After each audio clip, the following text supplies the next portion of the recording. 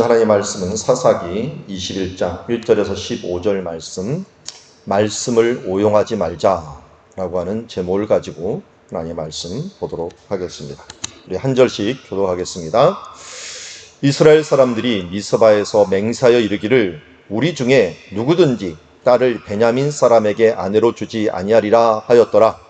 백성이 베델에 이르러 거기서 저녁까지 하나님 앞에 앉아서 큰 소리로 울며 이르되 이스라엘 하나님 여호와여 어찌하여 이스라엘에 이런 일이 생겨서 오늘 이스라엘 중에 한 지파가 없어지게 하시나이까 하더니 이튿날에 백성이 일찍 일어나 거기에 한 제단을 쌓고 번제와 화목제를 드렸더라. 이스라엘 자손이 이르되 이스라엘 온 지파 중에 총회와 함께하여 여호와 앞에 올라오지 아니한 자가 누구냐 하니 이는 그들이 크게 맹세하기를 미스바에 와서 여호와의 앞에 이르지 아니한 자는 반드시 죽일 것이라 하였음이라.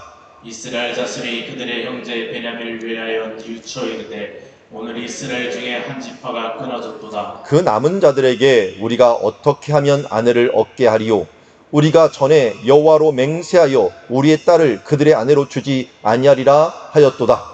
또 이르되 이스라엘 지파 중 미스바에 올라와서 여호와께 이르지 아니한 자가 누구냐 하고 본즉 야베스 길르앗에서는 한 사람도 진영에 이르러 총회에 참여하지 아니하였으니 백성을 계수할 때 야베스 길앗 주민이 하나도 거기 없음을 보았으니라.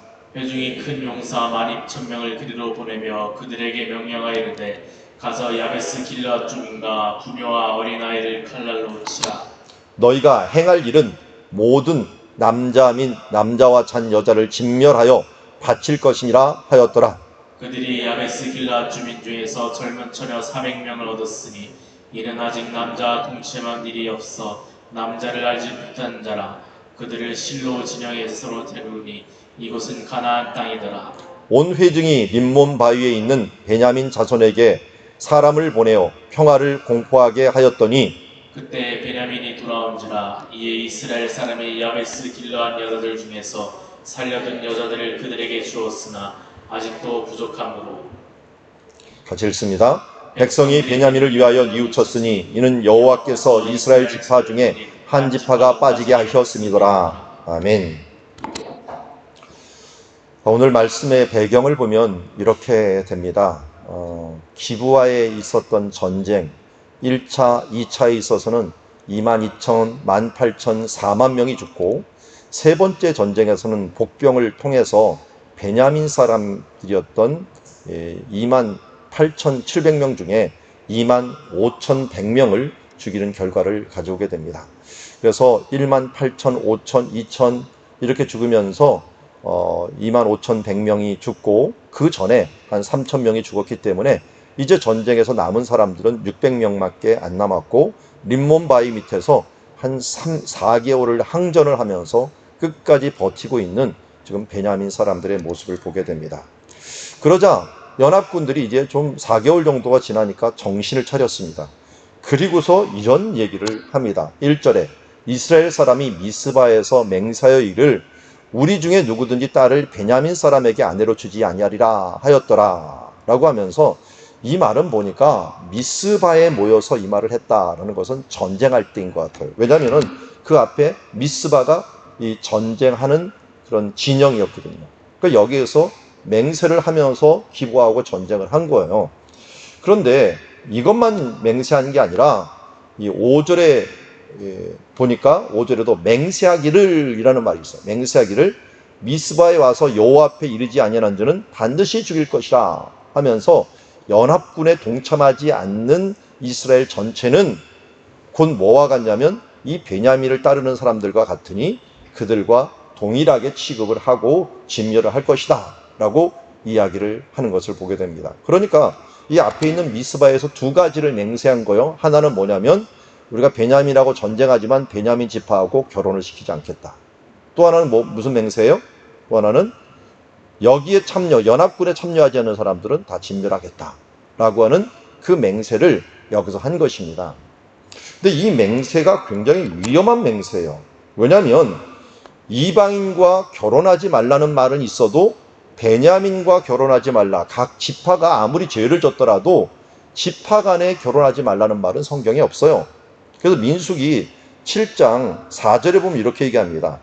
그가 내 아들을 유혹하여 그가 여호와를 떠나고 다른 신들을 섬기게 하므로 여호와께서 너희에게 진노하사 갑자기 너희를 멸하실 것이기 때문에 뭐라냐면 너 그들과 혼인하지도 말고 내 딸을 그들에게 주지 말 것이며 그들의 딸도 내 며느리로 삼지 말 것이다 하면서 신명기 7장 3절에 반드시 이방인과 결혼하지도 말고 또 주고받지도 말라라고 하는 말을 했어요. 그런데 지금 그 말씀이 어떻게 적용이 된 거예요? 베냐민한테 적용이 되고 있는 거예요. 이걸 우리는 뭐라 해요? 잘못 적용했다. 오용이라고 하죠. 오용. 왜 약은 약사에게, 진료는 의사에게. 왜 이런 말이 나왔을까요? 아무리 약사라도 진료를 할 때, 진찰을 할 때 의사만 못해요. 의사가 아무리 의사라도 약물을 취급하는 건 약사한테 맡겨야 돼요. 그 약물 남용이 우리 어렸을 때 얼마나 심했는지 몰라요. 그래서 뭐 항생제를 막 남용을 해갖고 나중에 항생제가 안 들어가고 죽는 사람들도 제법 있었어요. 그런 남용 때문에 의약 분업 이런 것들이 일어났고, 그리고 요새는 그냥 뭐 건강식품 뭐 이런 거 있다지만 의약품은 반드시 어떻게 돼요? 그에 관계된 사람이 그걸 시술해야 돼요. 심지어 요새 피가 나거나 피부에 뭐가 하는 것들은 의사 허락 없이 했다가는 또 난리가 나죠. 뭐 의사 중에서도 뭐 돌팔이가 많아요. 그렇지만 그렇지 않은 사람이 하면 더 돌팔이가 되고 문제가 더 많을 때가, 책임을 물을 수가 없는 거예요. 더 큰 책임이 있는 거예요. 그거 마찬가지입니다. 우리도 하나님의 말씀을 잘 적용해야 돼요. 하나님의 말씀을 지금 제대로 적용해야 되는데 이거 엉뚱한 데 적용을 하고 있는 거예요. 합리화할 때 적용할 때도 있지만 잘못 적용하다 보니까 이렇게 일어나는 거예요. 이게 잘못 결단을 하고 잘못 맹세를 하니까 나중에는 엉뚱한 방향으로 이게 튀는 것들을 조금 이따 볼 수가 있습니다. 그러니까 무슨 일이 보니까 2절에 보니까 갑자기 통곡을 하여 사람들이 베델에 이르러 있습니다. 지금 여기 미스바에 있던 군인들이 베델에 이르러서 계속 하나님께 물어보죠. 왜 여기는 뭐가 있어요? 하나님의 언약궤가 있어요. 대지상 비누아스가 있어요. 그러니까 여호와 앞에서 지금 통곡을 하는 거예요. 그러면서 뭐라고 합니까? 이스라엘 하나님 여호와여, 어찌하여 이스라엘에 이런 일이 생겨서 오늘 이스라엘 중에 한 지파가 없어지게 하시나이까? 이거는 뭔 말입니까? 어찌하여 이스라엘에 이런 일이 일어났느냐? 니네가 죄 져서 그런 거 아니냐? 죄를 회개할 생각은 안 하고 지금 누구한테 원망을 하는 거예요? 하나님한테 원망하는 거예요. 그것도 한 지파가 없어졌다라는 말을 하고 있어요. 자, 이 앞에 지금 연합군이 있고 베냐민 지파가 있는데요. 이 기브아를 중심으로 베냐민 땅이 무슨 땅이냐면 베델부터는 에브라임 땅이고요. 이 기브아 옆에 예루살렘 옆에부터는 이 기브아 이제 거기 흰놈의 골짜기인데 거기서부터는 유다 지파예요. 그러니까 가장 강력한 유다 지파와 북쪽에 가장 강력한 에브라임 지파 가운데 껴 있는 땅이에요. 근데 이 땅이 지금 한마디로 뭐 성경에 나는 말로 골이 났어요. 다 죽어버렸어요. 자기도 모르게 다 죽여버렸어요. 그런데 이게 공동화 현상이 난 거예요. 그럼 이걸 누가 차지했느냐? 이걸 잘못하다가 지파 간에 싸움이 일어나요. 그렇다고 이거 잘못 차지하면은 예루살렘처럼 이방인들이 들어와 살아요. 가만 놔두면. 그럼 어느 지파가 들어올 것인가? 이게 말이 안 돼요. 왜냐하면 이미 그들은 법적으로 제비를 뽑았어요. 어디서 제비를 뽑았나요? 실로에서 제비를 뽑은 거예요. 여기 보면은 지금 여기 앞에는 나오지 않지만 여기 이스라엘 백성들이 12절 보세요. 실로 진영에 데려오니 라는 말을 하고 있죠. 그 사람들이 실로에 다시 모인 거예요. 실로, 여기 보면은 실로라고 하는 진영으로 다시 모였는데, 베델에서 실로로 모였는데, 실로라는 곳에서 이미 제비를 뽑아갖고 얻은 땅이 베냐민 땅인데, 이 베냐민 땅을 누가 가진다는 건 말이 안 되는 거예요, 일단. 에브라임이 가져도 문제고, 여기 유다가 가져도 문제가 되는 거예요. 그렇게 되면 서로 전쟁이 또 일어나는 거예요. 더 큰 전쟁이 일어나는 거죠. 그러다 보니까 이 사람들이 갑자기 딜레마에 빠진 거예요. 이 베냐민을 없애긴 없앴는데, 화가 나고 없앴는데 이 사람들이 없어져 버리니까 이스라엘의 균형이 깨져버려요. 베냐민이 아무리 뭐하더라도 균형자 역할을 했거든요. 그 균형추가 그냥 깨져버리다 보니까 이스라엘이 지금 힘들어지고 열둘이라고 하는 이 상징적인 숫자도 있었는데 이것도 깨져버리게 되는 거죠. 그 600명 죽으면 이제 다 끝나는 거예요. 베냐민 지파는 없어지는 거예요. 그러니까 이 사람들이 갑자기 생각하면 큰일 났거든요. 그러니까 하나님한테 괜히 원망하고 이거 어떡합니까? 라고 어찌할 줄 모르고 반성을 하고 있는 거예요. 그래서 4절에 오니까 이튿날 백성이 일어나서 거기서 한 제단을 쌓고 번제와 화목제를 드렸어요. 근데 여러분 여기에 뭐가 함께 드려져야 되는 거예요? 이스라엘 백성들이 후반기에 와서 벌써 2번이나 번제와 화목제를 드려요. 3번 전쟁에서 2번 지고 나서 이 앞에 부분에서 전쟁을 2번 지고 나서 3번째 될 때 베델에 올라가갖고 여기서 화목제와 번제를 드렸어요. 그런데 이번에도 전쟁을 다 이기고 나서 제단을 쌓고 번제와 화목제를 드렸어요. 근데 여기에 뭐가 지금 빠져 있어요? 무슨 제사가? 속죄제가 빠져. 속죄제. 자기들이 죄진 것들은 자꾸만 몰라요. 그러니까 이 사사기 뒷부분에서는 회개가 없어요. 죄라는 게 존재하지 않아요. 하나님만 원망하고 죄에 대한 의식이 아예 없어버리는 시대가 돼버린 거예요. 우리 이 시대가 너무 똑같죠. 사람들이 핑계는 되는데 요새 화두가 뭡니까? 내로남불. 너는 안 그래? 나만 그래? 하면서 이렇게 말하면서 뻔뻔하게 나오는 이런 시대가 지금 이 시대예요. 죄가 없어지는 시대가 돼버립니다. 이런 시대가 돼버리니까 화목제도 드리고 번제도 드리고 예배도 드리고 기도도 있고 찬송도 있고 말씀도 있고 뭔가는 다 있는 것 같은데 진짜 필요한 회개, 애통의 눈물들이 없어져 버리는, 그게 바로 사사시대에 가장 악한 시대에 일어났던, 어떻게 보면 우리가 지금 그런 시대에 지금 처해 있지 않는가 하는 것을 보게 됩니다.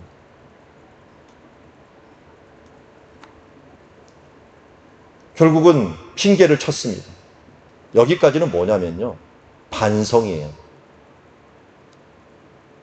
그리고 반성 뒤에는 뭐가 있어야 돼요? 회개가 있어요. 돌아와야 돼요. 하나님의 말씀을 잘못 적용했으면 말씀을 아는 사람들이 다시 이 부분들을 돌이켜줘야 되는데, 입다 사건 때도 마찬가지였죠. 입다 사건 때도 입다가 잘못 맹세했으면 옆에 레위인이 있었어요. 제사장도 있었어요. 이 사람들이 고쳐줬어야 되는데, 여기 베델에 지금 누가 있어요? 대제사장 비느하스 같은 사람들이 있는데 대체 뭘 배웠는지 모르겠어요. 대체 뭘 얘기를 안 하고 있는지 모르겠어요. 잘못 맹세했으면 맹세에 대한 것을 고쳐줘야 돼요. 그건 신명기 말씀에 이렇게 나오는, 그건 잘못 적용한 거다 하면서 말씀을 해주셔야 되는데 그걸 잘못한 것들을 얘기 안 해줘요. 그리고 5절에도 마찬가지잖아요. 그 미스바에 오지 않은 사람들을 어떻게 할 거라는 거, 이게 보면은 이 진멸을 하겠다고 지금 나오는 거예요. 그래서 6절에 보니까 형제 베냐민을 위하여 뉘우쳐 이르되, 반성했습니다. 이 반성 안 한 거 아니에요? 여러분, 가룟 유다 반성했어요, 안 했어요? 반성했어요. 왜냐하면 자기 돈을 던지고 나왔어요. 30세계를 이 제사장들 앞에 던지고 나 이거 못 받겠다 이거 하면서 나왔어요. 후회했어요. 반성했어요. 뉘우쳐였습니다. 오늘날 이스라엘 중에 한 지파가 끊어졌다 하면서 여기서 끝나면 안 돼요. 다시 하나님 앞에 나와서 하나님의 방법이 무엇인가 말해야 되는데, 여기 또 뭐가 등장을 해요? 자기 소견에 옳은 대로의 해결책이 등장을 합니다. 하나님의 해결책이 아니라, 하나님께 묻는 것이 아니라 하나님께 한번 물어봐라. 이것을 어떻게 해야 되는지 하나님께 물어봐라. 그 전에 전쟁할 때는 하나님께 잘도 물어봤어요. 내가 싸우러 가리까 말리까? 누가 먼저 가리까? 하면서 하나님께 물어보더니 그 다음 문제를 해결할 때는 하나님께 물어보는 게 하나도 없어요. 자기 소견에 옳은 대로 또 돌아가요. 그 남은 자들에게 우리가 어떻게 하면 아내를 얻게 하리요 하면서 이제 남은 이 600명이라도 회복을 해야겠구나 하면서 자기 소견에 옳은 대로 이것을 생각을 해요. 그런데 뭐가 걸려요? 우리가 맹사에 우리 딸을 그들에게 주지 아니하기로 했다. 그러니까 기가 막힌 사람이 한 명이 또 8절에 얘기합니다. 그러면 이스라엘 지파 중에서 미스바에 올라와서 여호와께 이르지 아니한 자가 누구냐 하고 본즉 야베스 길앗 사람인데 한 사람도 진영에 이르러 총에 참여하지 않았다. 그러니 어떻게 하라는 거야? 이 앞에 보니까 미스바에 여호와 앞에 이르지 아니한 자를 우리가 모두 죽일 것이라 라고 5절에 약속을 했으니까 그 사람들을 죽이면서 거기서 여자들을 데려다가 이 사람들에게 맺어주자. 야, 이거 정말 대단한 책략입니다. 그러면 맹세 2개가 다 이루어지는 거예요. 주지 않겠다고 약속을 맹세를 했는데 맹세 안 한 사람이 누군가? 맹세 안 한 사람은 여기 참여 안 한 사람이다. 참여 안 한 사람들을 죽이기로 했으니까 빨리 찾아서 그들을 죽이고서 거기서 이 처녀들을 갖다가 결혼시키면 되겠다. 기가 막힌 생각이죠. 이걸 우리는 뭐라고 하냐면 인간적인 해결책이라고 얘기를 합니다. 우리가 두 개 다 맹세한 걸 다 이룰 수 있는 거 아니야. 그런데 여러분 여기에 지금 미스바에 와서 여호와 앞에 이르지 아니한 자를 다 죽일 것이라 라고 했는데 이 죽일 것이라고 하는 이 일들은 다 죽인다는 건 뭐예요? 진멸한다는 거죠. 진멸한다. 이 진멸한다는 것은 어떤 때 쓰는 거예요? 어떨 때 쓰는 거예요? 이거는 헤렘 전쟁 때 쓰는 거예요. 진멸이라는 거예요. 그러니까 하나님 앞에서 진멸하는 전쟁들 이 앞에 보면은 지금 실로에서 야베스 길라 쪽으로 이제 가게 됩니다. 야베스 길라 사람들이 여기 뭐 길르한 야베스 길라시라고 그러는데 여기 하나도 참여 안 했으니까 백성을 계수하면서 이제 야베스 길라 사람이 아무도 없으니 빨리 가자 해갖고 용사 12,000명을 보내갖고 야베스 길라 부녀와 어린아이들을 칼날로 치라 하면서 그에게 갑니다. 어떻게 쳐버렸어요? 가갖고 너희가 행할 일은 모든 남자 및 이 남자와 잔 여자를 진멸하여 바칠 것이라. 진멸하여 바칠 것이라. 이 부분들이 뭐라고요? 헤렘 전쟁. 언제 그랬어요? 여리고 칠 때. 또 언제 그랬어요? 나중에 사울 왕 보고 아말렉을 칠 때. 진멸하여 다 하나님께 드리는 전쟁을 해라 했어요. 그런데 어떻게 했습니까? 이들이 이 부분들에 대하여 제대로 행하지 아니하고 이들을 하나님께서 이렇게 행하라고 그랬는데 이걸 누구한테 적용해 버린 거예요? 이스라엘 백성들한테. 자기 백성들한테 적용을 해버린 거예요. 정말 이거는 잘못 적용한 거죠. 언제 하나님께서 그렇게 하라 그랬어요? 그렇게 하려고 막 할 때 제사장이 말렸어야죠. 아는 사람이 말려있어야죠. 침묵하는 것도 큰 문제였습니다. 결국은 어떻게 했습니까? 이들이 젊은 처자 400명을 택했습니다. 얻었습니다. 그리고 실로 진영으로 데려와 갖고 이곳에 이제 가나안 땅으로 오게 됩니다. 가나안 땅이 지금 어떻게 된 상태예요? 이게 바로 이곳은 가나안 땅이더라. 이 말이 마음에 확 닿습니다. 이곳은 가나안 땅이다. 여러분 가나안 땅이 어떤 땅이에요? 요단강 건너가 만나리. 요단강 건너가면 어디에 가나안 땅이에요? 가나안 땅은 뭘 상징하는 곳이에요? 하나님이 통치하는 천국을 상징하는 장소예요. 그런데 그 가나안 땅이 어떻게 돼버린 거예요?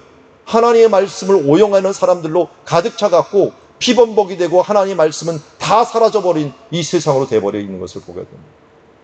요새는 또 그런 거 가나안 신자라고 하죠. 가나안 신자가 뭔지 아세요? 가나안을 거꾸로 하면 뭐라 그래요? 안 나가. 예수는 믿는데 안 나가는 사람들을 갖다가 가나안 신자라고 해요. 분명히 예수를 믿는다는데 교회 안 나가. 교회에 어떤 책에 실망했던 사람은 안 나가는 신자를 가나안 신자라고 하는데 정말 말씀이 오용이 되고 무지가 이 판을 치고 폭력이 판을 치고 무력 심지어 우리 동성연애 지금 얘기하는데요. 동성연애로 이 한 집안을 다 풍지박산내는 그런 사람들이 있고 또 그 앞에 자기 소견에 옳은 대로 살아가는 사람들이 엉망진창으로 돼 있는 이런 실로 진영 이런 세대가 바로 여호수아 다음 세대였다라고 하는 게 참 놀랍지 않습니까? 거기다가 이제 처녀 400명을 데리고 왔고 림몬바위에 있는 베냐민 자손에게 보내와갖고 어떻게 합니까? 이제는 평화를 공포하자 하고 야베스 길르한 여자들을 그들에게 줍니다. 이게 어떻게 됩니까? 막 다 죽이고 나고 남는 여자들 무슨 포로 잡아오듯이 그걸 주고 포로를 주고 또 남으니까 어떻게 돼요? 이제 200명이 또 남으니까 200명은 이제 다음 주 월요일 날 어떻게 해결했는지 봅시다. 그러면 15절에 이렇게 얘기합니다. 백성들이 베냐민을 위하여 뉘우쳤으니 이는 여호와께서 이스라엘 지파 중에서 한 지파가 빠지게 하였습니다. 네, 뉘우친 거 잘했습니다. 그렇지만 회개를 한다는 것은 뭡니까? 하나님의 말씀으로 돌아오는 것입니다. 하나님의 기준으로 돌아오는 것입니다. 거기까지는 못했던 거죠. 그래서 오늘 말씀에 이런 말씀이 있지 않습니까? 시편 119편 105절 우리가 너무 잘 아는 말씀입니다. 같이 한번 읽어볼까요? 시작. 주의 말씀은 내 발의 등이요 내 길의 빛이니이다. 예수님께서도 우리에게 산상수훈 마치고 난 다음에 하신 말씀이 바로 7장 21절의 결론과 같은 말씀이에요. 같이 말씀하겠습니다. 나더러 주여 주여 하는 자마다 다 천국에 들어갈 것이 아니요 다만 하늘에 계신 내 아버지의 뜻대로 행하는 자라야 들어가리라. 또 예수님도 말씀합니다. 요한복음 14장 15절은 마가다락방에서 예수님께서 우리에게 간곡하게 하신 말씀 중에 하나라고 할 수가 있습니다. 같이 읽겠습니다. 너희가 나를 사랑하면 나의 계명을 지키리라. 이 뒤에 또 나오는 말씀이죠.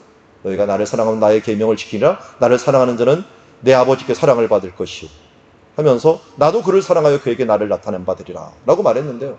우리가 하나님의 말씀을 알고 그 말씀대로 돌이켜야지 내 소견에 오른 대로 행하면 안 됩니다. 말씀은 말씀 같은데 잘못된 말씀을 해요. 입다처럼 잘못된 맹세를 하는 거예요. 그래갖고 모두를 갖다가 혼란시켜버리고 모두에게 불행을 가져와요. 뉘우치긴 뉘우치는데 회개가 없어요. 하나님께로 나온 게 아니라 자기네끼리 그냥 뉘우쳐버려요. 그리고 그 다음에 해결책을 할 때 자기 소견에 오른 대로 인간적인 해결책을 하면서 말씀을 오용하는 모습을 보게 돼요. 나는 어떤가? 우리는 어떻고 우리 교회는 어떻고 우리 한국교회는 어떤가? 말씀을 제대로 적용하지 못해갖고 내 이익을 위하여 아전인수격으로 이것을 오용하고 있지는 않은가? 남용하고 있지는 않은가? 합리화하고 있지는 않은가? 하는 것을 돌아보면서 말씀을 오용하는 자가 되지 말고 말씀에 기준을 두고 살아가는 주님의 자녀들이 되기를 주의 이름으로 축원합니다.